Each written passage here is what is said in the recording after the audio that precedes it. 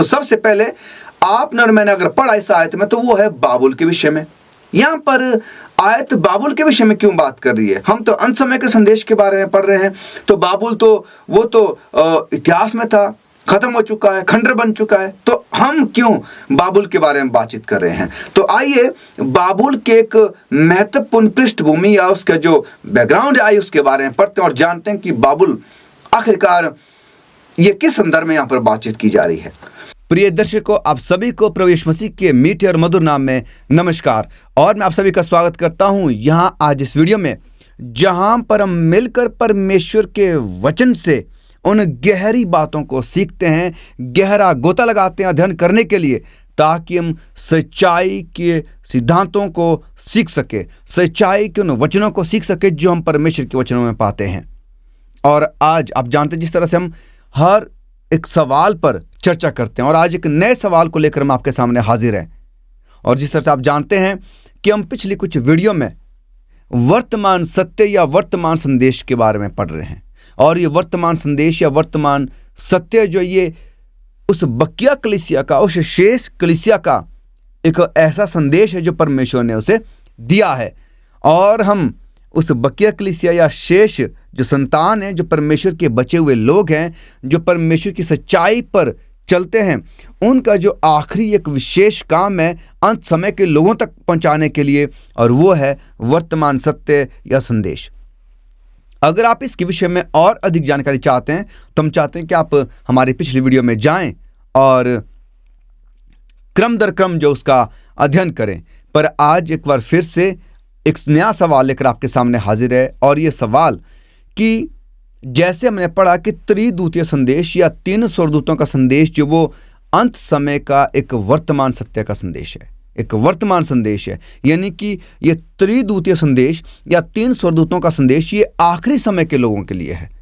तो आज एक बार फिर से उस त्रिदूतीय संदेश के दूसरे स्वर्गदूत के संदेश में हम पहुंच चुके हैं। तो आशा करता हूं कि आप तैयार होंगे।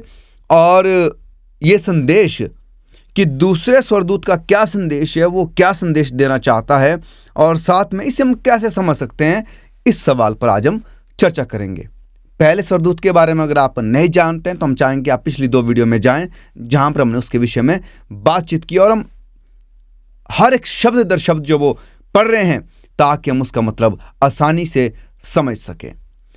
आपका ईश्वर के वचन में जो अंतर्दृष्टि, जो गहराई से जानने की जो इच्छा है, उसमें अगर फिर से मैं आपका स्वागत करना चाहता हूं। और यह एक बाइबल अध्ययन कार्यक्रम है, जहां पर हम परमेश्वर के वचन को, यानी कि बाइबल को बोलने की अनुमति देते हैं कि बाइबल स्वयं जो है उन सवालों के जवाब दे जिसके हम खोज कर रहे हैं। तो हम इस पूरी श्रृंखला में निरंतर इसी बात पर सटीकता से लगे रहेंगे कि बाइबल जो वो अपने सवालों के जवाब जो वो स्वयं दे। तो आइए प्रकाशित वाक्य उसका 14 अध्याय उसकी 8 आयत पढ़ते हैं। प्रकाशित वाक्य उसका 14 अध्याय उसकी 8 आयत, आइए पढ़ते हैं।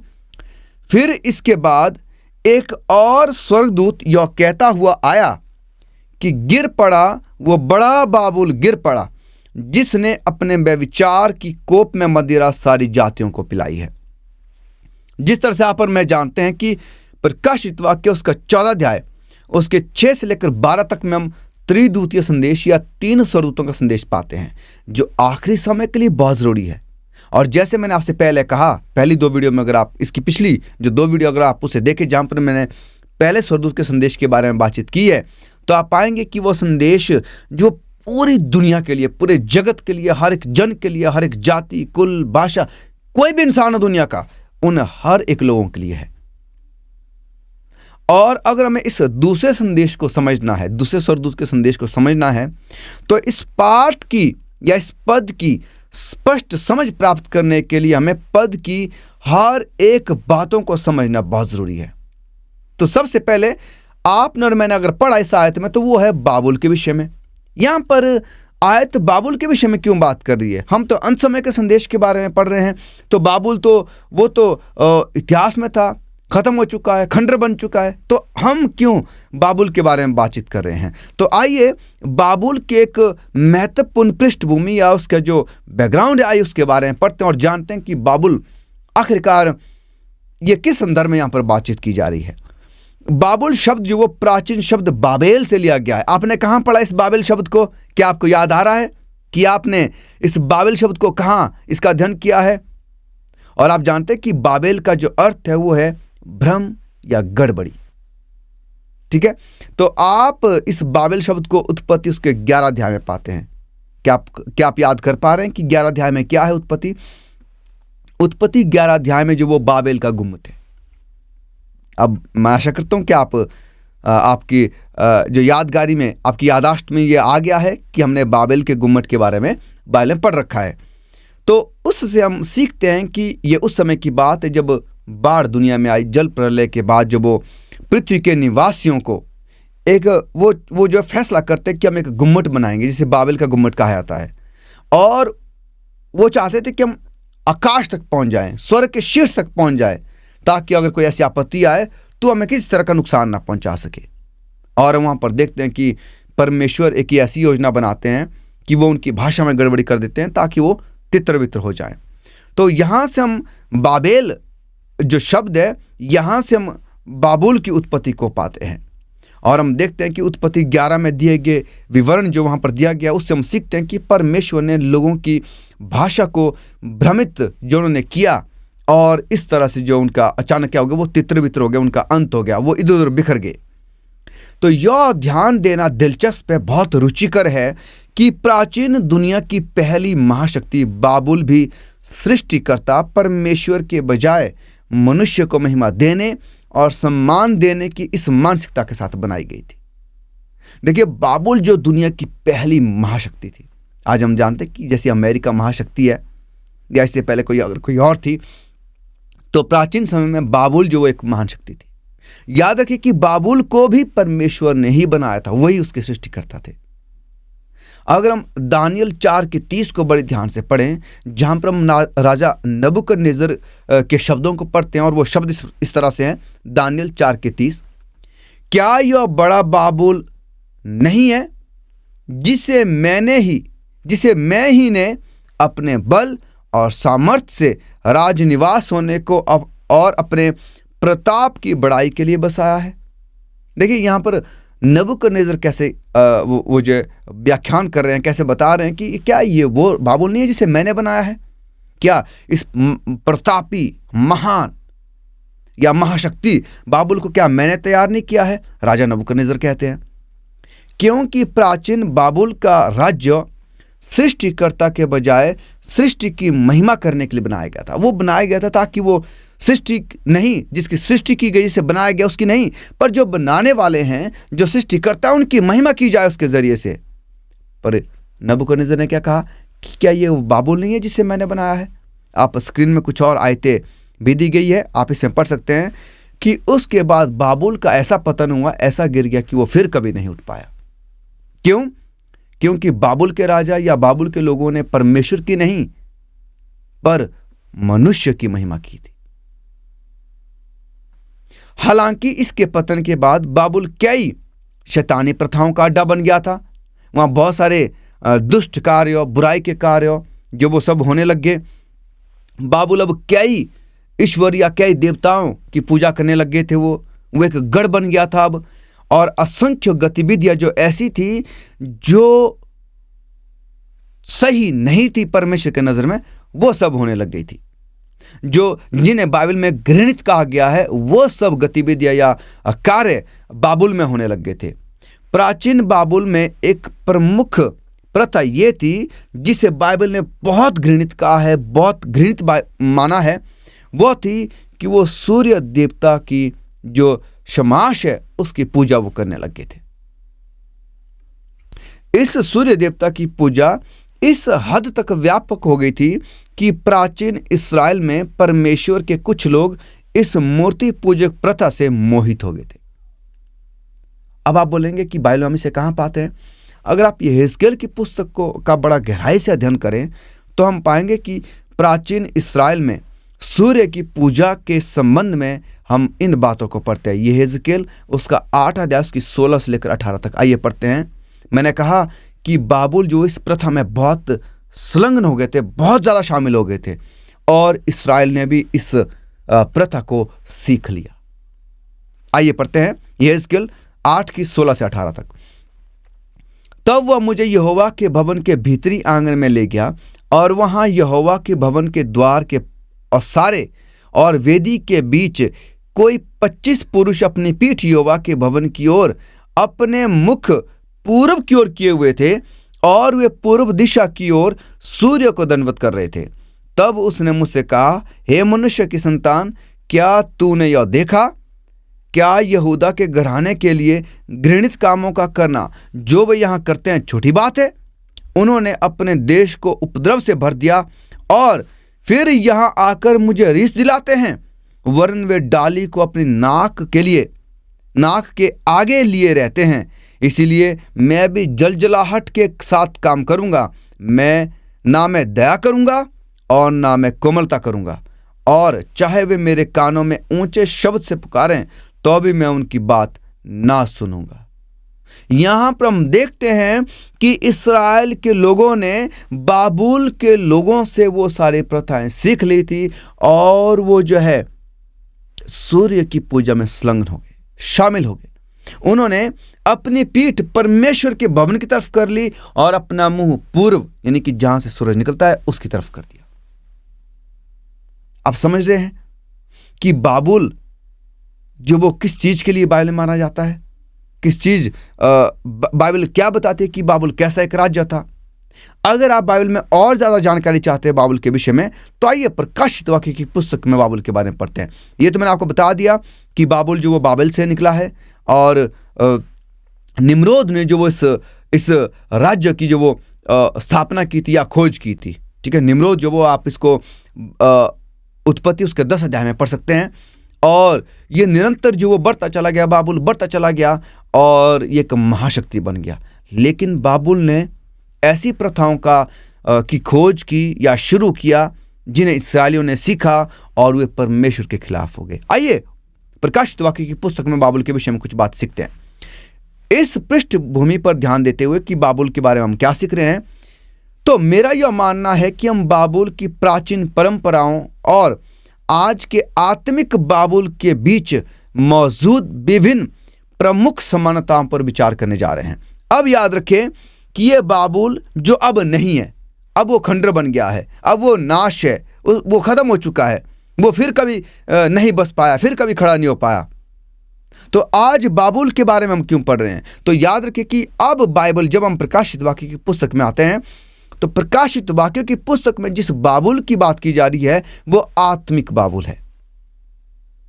क्यों? अगर आप बाइबल को बड़े ध्यान से पढ़े कृत्यों की पुस्तक में, तो पहला कृत्य कहता है 10 अध्याय कि जो बीती हुई बातें हैं जिनका जिक्र कहते हैं परमेश्वर के कलाम में किया गया है, परमेश्वर के वचन में किया गया है, वो आपके और हमारे लिए एक दृष्टांत के रूप में, ताकि हम उनसे सीखें। और जब हम इस्राएलियों और बाबुल के बीच उन सारी बातों को सीखते हैं, उनका अध्ययन करते हैं, तब हमें पता चलता है कि आत्मिक बाबुल, आप और मैं जो आज आत्मिक इज़राइल हैं, हमारे विषय में, हमारे बीच में कैसा संबंध है और कैसा संबंध होना चाहिए। तब हम जानते हैं कि हमें इस्राएल और बाबुल के विषय में जो प्राचीन है उनका अध्ययन करना बहुत जरूरी है। आप समझ रहे हैं? तो इसीलिए हम आज आत्मिक इस्राएल जो आप और मैं हैं और आत्मिक बाबुल वो कौन है उसके विषय में सीखने जा रहे हैं, क्योंकि प्रकाशित वाक्य आत्मिकता के विषय में बातचीत करता है। तो इसलिए हमारे लिए यह ध्यान देना या यह ध्यान रखना महत्वपूर्ण है कि प्रकाशित वाक्य 14 एक अंत समय का संदेश प्रस्तुत करता है, और इस प्रकार अध्याय में जो वर्णित बाबुल है वो एक आत्मिक बाबुल को संदर्भित करता है, ना कि किसी शाब्दिक बाबुल को जो कि पहले ही खत्म हो चुका है या जो जा चुका है, जो अब खंडर है, जहां पर अब कुछ भी नहीं है। तो आत्मिक बाबुल प्रकाशित वाक्य की पुस्तक में 4 पद्यांशों में दिखाई देता है, 4 पदों में दिखाई देता है। तो आइए पढ़ते हैं। तो पहला जो है वो है, हम पहली बार प्रकाशित वाक्य 14 की 8 में दूसरे स्वर्गदूत में बाबुल का सामना करते हैं। तो दूसरे स्वर्गदूत के संदेश में बाबुल हमारे सामने आता है, और दूसरा जो वो प्रकाशित वाक्य 16 की 19 में, यानी कि पृथ्वी के निवासियों पर अंतिम 7वीं विपत्ति के उंडेलने से के दौरान जो वो बाबुल को दंडित किया जाता है। और तीसरा जो जिक्र हम पाते हैं वो प्रकाशित वाक्य 17 अध्याय में है। हम बाबुल को एक पशु पर सवार एक स्त्री के रूप में चित्रित होते हुए देखते हैं। और जो चौथा है वो प्रकाशित वाक्यों के अंत में यानी कि 18 अध्याय में बाबुल तत्काल जोर से रोने वाले संदेश का विषय है, जो प्रकाशित वाक्य 14:8 के दूसरे संदेश को फिर से दोहराता और उसे आगे बढ़ाता। तो ये 4 जिक्र है जो हम प्रकाशित वाक्यों की पुस्तक में बाबुल के विषय में पढ़ते हैं। प्रकाशित वाक्य की पुस्तक में इन 4 जगहों पर जहां बाबुल का विवरण दिया गया है, बाबुल के बारे में बताया गया है, वो बहुत ही दिलचस्प है, बहुत ही रुचिकर है इसका अध्ययन करना। पर इसके लिए हमें ज़रूरी है कि हम बाबुल के बारे में जानें और बाबुल और इसराइल के बीच में जो संबंध है वो कैसा था, किस तरह का था, उसके बारे में जानें। तो आप पुराने नियम इसके बारे में अध्ययन कर सकते हैं। तो ये बड़ा आकर्षक भी है, ये हमें अपनी तरफ आकर्षित करता है जब हम इस अध्ययन को बड़े गहराई से करते हैं। तो इस पद में भी जो 14:8 हमने अभी तक पढ़ी, इसमें भी बहुत ही खूबसूरती से जिक्र किया गया है। तो आइए इसका और गहराई से अध्ययन करते हैं। और यहाँ पर जब हम 14:8 को फिर से पढ़ते हैं, प्रकाशित वाक्य 14:8 को, तो यहाँ इस प्रकार से लिखा गया है, फिर इसके बाद एक और दूसरा स्वर्गदूत यह कहता हुआ आया। अब इसका क्या मतलब है, एक और दूसरा स्वर्गदूत? फिर इसके बाद एक और दूसरा स्वर्गदूत यह कहता हुआ आया। तो ये जो एक्सप्रेशन है, ये जो अभिव्यक्ति है जो यूहन्ना ने बताई है, तो यह इस बात को दर्शाती है कि यह स्वर्गदूत वो पहला स्वर्गदूत नहीं है जिसने पहला स्वर्गदूत का संदेश दिया। फिर से मैं कहना चाहूंगा कि जो दूसरे स्वर्गदूत का संदेश है, ये वही पहले स्वर्गदूत वाला स्वर्गदूत नहीं है, ये एक और दूसरा स्वर्गदूत है जो इस दूसरे स्वर्गदूत के संदेश को लेकर आता है। अब यूहन्ना ने जब इसे देखा तो क्या कर दिया, यूहन्ना ने इसे लिख दिया। प्रेरित ने यानी कि प्रेरित यूहन्ना ने कई स्वर्गदूतों से मुलाकात की थी, क्योंकि उन्होंने विभिन्न दर्शन देखे, विभिन्न स्वप्न देखे, और जैसे जैसे वो देखते चले गए वो उनका ठीक वैसे जिक्र करते चले गए। अगर उन्होंने एक और स्वर्गदूत को आते देखा तो उन्होंने उस तरह से लिखा, तो अगर उन्होंने वही स्वर्गदूत ने जो वो अगर उस संदेश को जारी रखा तो उन्होंने जो वो उस तरह से उसका जिक्र परमेश्वर के वचन में किया। तो अगर आप देखेंगे प्रकाशित वाक्य 7 अध्याय में या प्रकाशित वाक्य 8 अध्याय में, प्रकाशित वाक्य 10 अध्याय में, इनमें अलग अलग तरह के दर्शन हैं, अलग अलग तरह के स्वर्गदूत यहाँ पर जो वो उनके पास आते हैं, जो संदेश उन्हें देते हैं कि आखिरी समय के लिए जो वो संदेश है वो क्या देना है।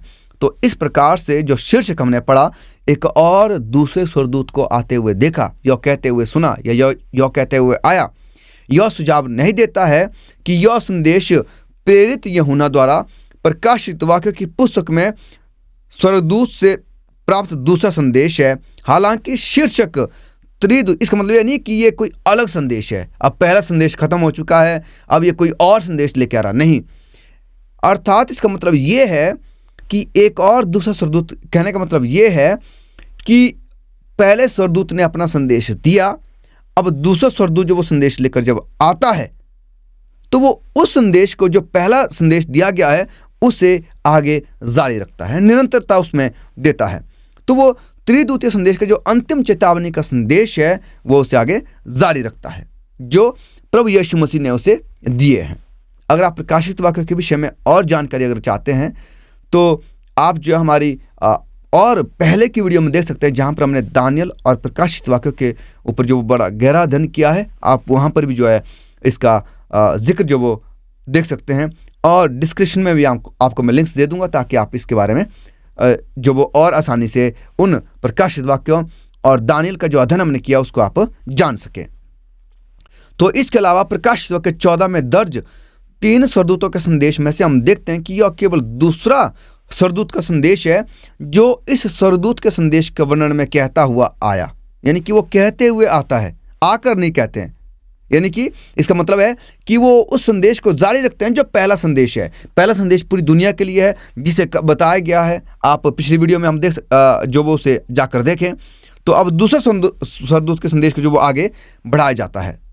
तो यह एक सामान्य विश्लेषण की तरह है, सामान्य सी बात सी लगती है ये। जब हम इस तथ्य पर विचार करते हैं तो हम पाते हैं कि पहले स्वर्गदूत का संदेश और आने वाला जो तीसरे स्वर्गदूत का संदेश है वो दूसरे स्वर्गदूत से अलग विचार जो वो साझा करते हैं। वो क्या है मैं बता देता हूं। तो पहला स्वर्गदूत का संदेश और जो तीसरे स्वर्गदूत का संदेश है वो कहते हैं बड़े शब्द से यह कहते हुए आया। यह फर्क है, दूसरा स्वर्गदूत कहते हुए आया, जो दूसरा स्वर्गदूत है, लेकिन जो पहले और तीसरे हैं वो है बड़े शब्द से कहते हुए आया। इसमें बहुत अंतर है, पर इसका मतलब ये नहीं है कि दूसरा स्वर्गदूत का संदेश जो वो महत्वपूर्ण नहीं है, पर इसका मतलब ये है कि वो पहले स्वर्गदूत को जारी रखते हैं, उसके संदेश को निरंतरता देते हैं। तो अब हमें यह जानना बहुत जरूरी है कि दूसरे स्वर्गदूत का संदेश जो वो आखिरकार क्या बताता है, क्या वो सिखाना चाहता है। और वो सीधा आकर कहता है, अगर आप पढ़ेंगे प्रकाशित वाक्य, वो बाबुल के बारे में कहता है। तो अगर आप प्रकाशित वाक्य 18 की 1 से 5 तक पढ़ेंगे तो आप वहां पर भी जिक्र पाएंगे। वहां पर आप पाएंगे कि 18 की 1 से 5 आप स्क्रीन में देख सकते हैं, पर मैं उसकी एक खास जो विशेष जिसका मैं अध्ययन करना चाहता हूं, मैं उसी आयत को पढ़ूंगा, और वो ये है कि गिर गया, बड़ा बाबुल गिर गया। फिर से 18 अध्याय में एक और स्वर्गदूत ने उस संदेश को फिर से दोहराया है। अब ये कोई दूसरा स्वर्गदूत है जिसने ठीक वही संदेश को दोहराया है जो 14 की 8 में दूसरे स्वर्गदूत का संदेश में हम पढ़ रहे हैं। क्या इसका क्या मतलब है कि ये जो संदेश दिया जा रहा है कि गिर पड़ा वो बड़ा बाबुल गिर पड़ा, या गिर गया बड़ा बाबुल गिर गया, ये बहुत खास संदेश है मेरे प्यारा, बहुत जरूरी संदेश है आपके और मेरे लिए। ये अंत समय का संदेश है। क्यों इतना जरूरी है जिसे बार बार दोहराया गया है? इसमें ऐसी क्या बात है? जिस तरह से मैंने कहा कि हम अंत समय में बाबुल जो वो शाब्दिक बाबुल नहीं है, वो आत्मिक बाबुल है, और उसका अध्ययन करना, उसका जिक्र करना और उसकी गहराई में जाना, ये किसे दर्शाता है, वो बहुत जरूरी है। और मैं आपसे इस बात को सामने रखना चाहता हूं कि इसका अध्ययन करना बहुत दिलचस्प है, बहुत ही रुचिकर है, और यह हमें बताता है कि पहले और तीसरे स्वर्गदूत ने जो वो ऊंचे शब्द से पुकार कर कहा या बड़े शब्द से पुकार कर कहा, जो बहुत ही खास संदेश हमें लगते हैं, पर आत्मिक बाबुल ये किसे दर्शाता है? यह आत्मिक इज़राइल जो आप और मैं हैं, ये हम जानते हैं कि बाइबल आत्मिक इज़राइल आपको और मुझे कहती है, पर सवाल ये आता है कि आत्मिक बाबुल कौन है? क्या आप जानते हैं? क्या आपने कभी इसके बारे में पढ़ा है? तो यहां पर हमने पढ़ लिया है कि बाबुल जो वो पुराने शब्द बाबेल से आया है, जिसका खोज या स्थापना निम्रोद ने की थी, जो कि उत्पत्ति 10 अध्याय में है। अब बाबुल जो वो बहुत सारी मूर्ति पूजक प्रथाओं से संबंधित है। इसमें बहुत सारी मूर्ति पूजक प्रथाएं जो वो चल रही थी, प्रचलित थी, जिन्हें इस्राएल ने सीखा। क्या इसका मतलब ये है कि आखिरी समय में जो बाबुल को दर्शाएगा, उससे कहीं आत्मिक इज़राइल कुछ गलत सिद्धांतों को ना सीख ले, गलत शिक्षाओं को ना सीख ले? क्या इसका मतलब ये है?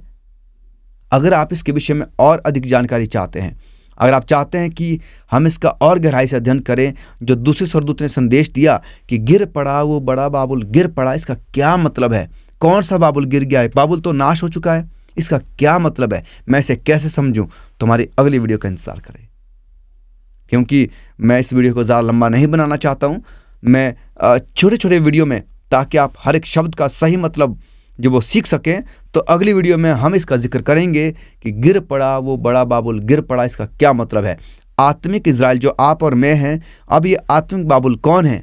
कैसे मैं इसके बारे में जानूं? और इस आत्मिक बाबुल और मेरे बीच में क्या संबंध है? क्या बाइबल मुझे सिखाना चाहती है आखिरी समय के लिए? तो वो हम अगली वीडियो में सीखेंगे। आप हमारे साथ बने रहें और अगली वीडियो का इंतजार करें, जहां पर हम इस विषय को आगे कंटिन्यू करेंगे और आगे जारी रखेंगे, और बाबुल, आत्मिक बाबुल के विषय में कुछ और बातों को सीखेंगे। तब तक के लिए निरंतर आप बाइबल का अध्ययन करते रहें और परमेश्वर के वचन में और उसकी सच्चाई में और उसके सच्चे सिद्धांतों में बने रहें। आमीन।